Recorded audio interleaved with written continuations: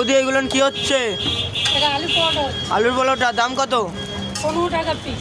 এক পিস 15 টাকা। ও দেখি হচ্ছে এর চেয়ে আর কি কি যাবে? এর সাথে আনলিমিটেড ঘুগনি আছে।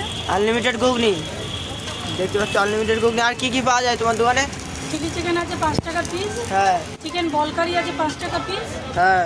গিলে মেটে আছে 20 টাকা প্লেট। আর